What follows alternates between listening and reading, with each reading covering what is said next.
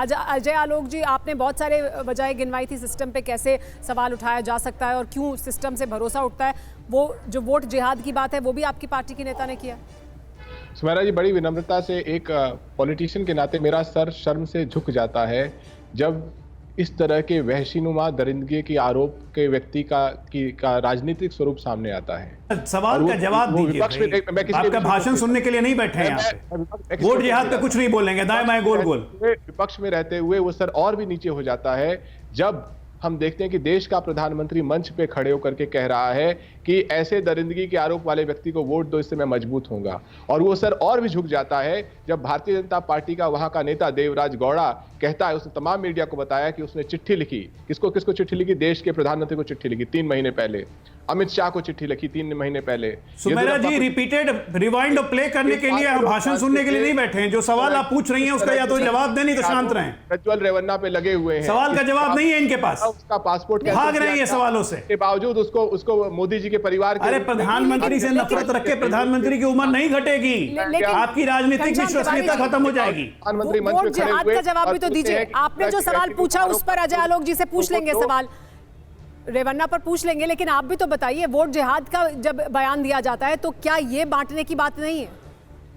इस तरह का कोई भी बयान जनता का मुद्दा नहीं है। जनता का मुद्दा है रोजगार, जिसपे भारतीय जनता पार्टी नहीं बोलती। जनता का मुद्दा है ये बेटियों का जो मान सम्मान भारतीय जनता पार्टी ने तार लेकिन समाज को बांटना धर्म के आधार पर और वोट मांगना, क्या ये जनता का मुद्दा नहीं है? जब देश के अखिलेश यादव क्या कह रहे हैं इस पर वो सुनवा देते हैं, सुनिए। चलिए अखिलेश यादव सुनवाएंगे, आप अपनी बात पूरी करिए जी।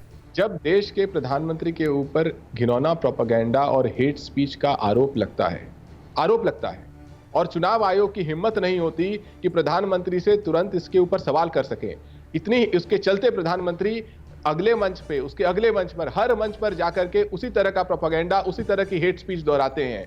तो क्या चुनाव आयोग की निष्पक्षता पर सवाल नहीं खड़े होना चाहिए? अजय आलोक जी इसका जवाब देंगे। अजय आलोक जी इसका मानता है। अजय आलोक जी, आप उनसे सवाल पूछ रहे हैं, वो आपसे सवाल पूछ रहे हैं कि यही तो आप भी कर रहे हैं। उम्मीदवारी से निष्कासित करना चाहिए, लेकिन भारतीय जनता पार्टी के मैं उनके सवालों का खुलेआम जवाब दे रहा हूं। अब एक minute, one track mind killing का भाषण सुनने नहीं बैठे। ये जवाब दे दीजिए अजय आलोक जी। आप उनसे पूछ रहे हैं कि आप वोट जिहाद की बात कर रहे हैं, वो आपसे पूछ रहे हैं कि आप भी तो धर्म के आधार पर कह रहे हैं कि मुसलमानों को दे दिया जाएगा, आपसे लेकर उनको बांट दिया जाएगा, मंगलसूत्र कौन छीन लेगा, ये सब भी तो किया जा रहा है। बिल्कुल, हम बिल्कुल एक मिनट सुमेरा जी, हम कह रहे हैं कि धर्म के आधार पर अगर आरक्षण नहीं होगा तो हम बिल्कुल सही कह रहे हैं, क्योंकि ये संविधान सम्मत है।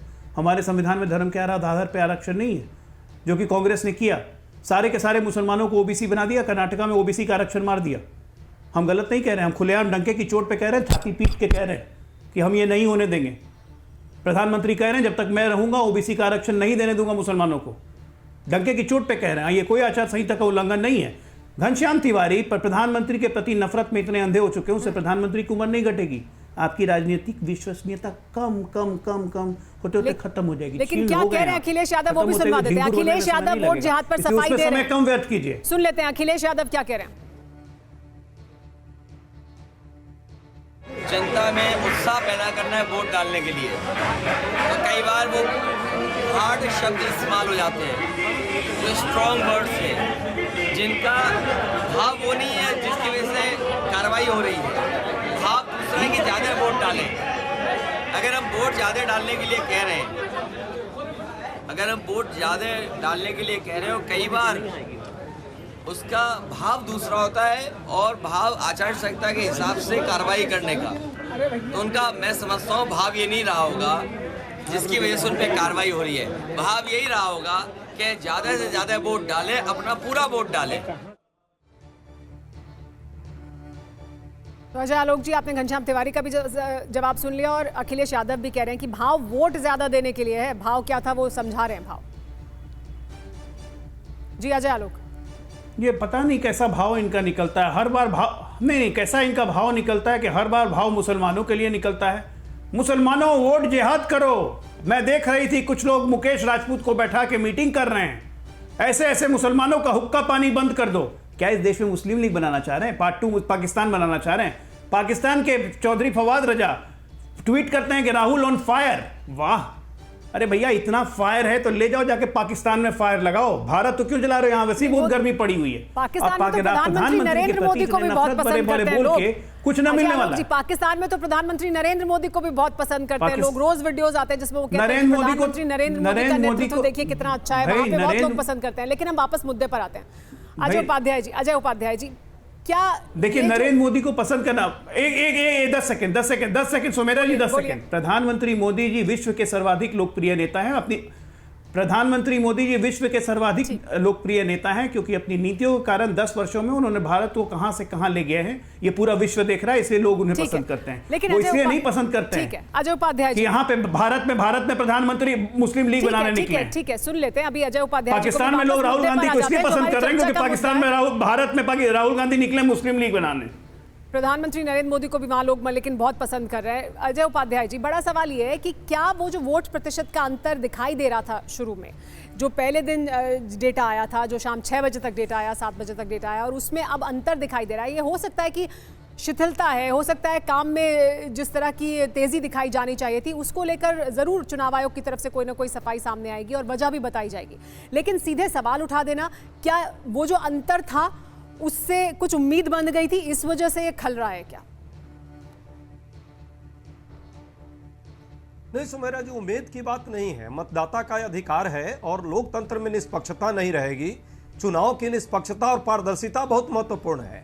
चुनाव आयोग पर बार बार प्रश्न क्यों उठाया जाता है? क्योंकि उसने ऐसी गलतियां की हैं, ऐसी धारणाएं बनाई हैं, ऐसा दिखता है, जो दिखता है वही लोग धारणा बनाते हैं। आपने देखा चुनाव घोषणा से 1 महीने पहले प्रधानमंत्री जी ने नियुक्तियों को लेकर के, चुनाव आयोग की नियुक्ति को लेकर के कैसे पार्लियामेंट में छुप के जो है कानून बना दिया। उसके बाद क्या होता है, चुनाव घोषणा होने से 1 सप्ताह पहले चुनाव आयोग का एक सम्मानित मेंबर रिजाइन करता है और कुछ ही देर बाद अपने चहेते को कठपुतली की तरह वहां बैठा दिया जाता है। क्या यह विश्वसनीयता का प्रश्न नहीं आएगा? और अब जो 24 घंटे में सारी प्रक्रिया पूरी होनी चाहिए, शिथिलता क्या होता है? यह तो अपराध है। यदि लोकतंत्र में इस तरह कोई शिथिलता कर रहा है, लोकतांत्रिक मर्यादा को कहीं ना कहीं ध्वस्त करने का प्रयास कर रहा है, तो उस पर आपराधिक कार्रवाई होनी चाहिए। चुनाव आयोग क्या नियम कायदे कानून से ऊपर है? क्या नहीं है। अब बात आती है, जिस तरह लगातार चुनाव आयोग पर प्रश्न है तो उसको तो खुद दिखाना चाहिए था सक्रियता, लेकिन इतना निष्क्रिय क्यों हो गया? इतनी संदेह के घेरे में वो खुद क्यों खड़ा है? वो किससे प्रभावित है? उसको कौन प्रभावित कर रहा है?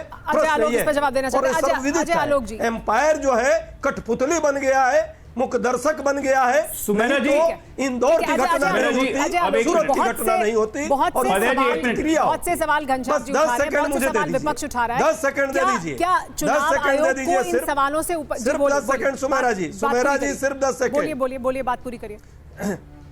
मुद्दा आज चुनाव आयोग की विश्वसनीयता पर है। मुझे तो था कि भाजपा के साथी भी इस पर प्रश्न करेंगे चुनाव आयोग से, लेकिन ये चुनाव आयोग के प्रवक्ता हो जाते हैं। जब प्रश्न किया जाता है तो ये जो है इनकी धड़कनें बढ़ जाती है और ये हिंदू मुस्लिम पर आ जाते हैं। फिर पूरे डिबेट में यही ठीक है। अब जवाब सुन लेते हैं। अजय आलोक जी, छोड़िए ना, चुनाव आयोग, छोड़िए ना, देश की जनता देख रही है। चुनाव आयोग और देश का भरोसा है चुनाव आयोग पर।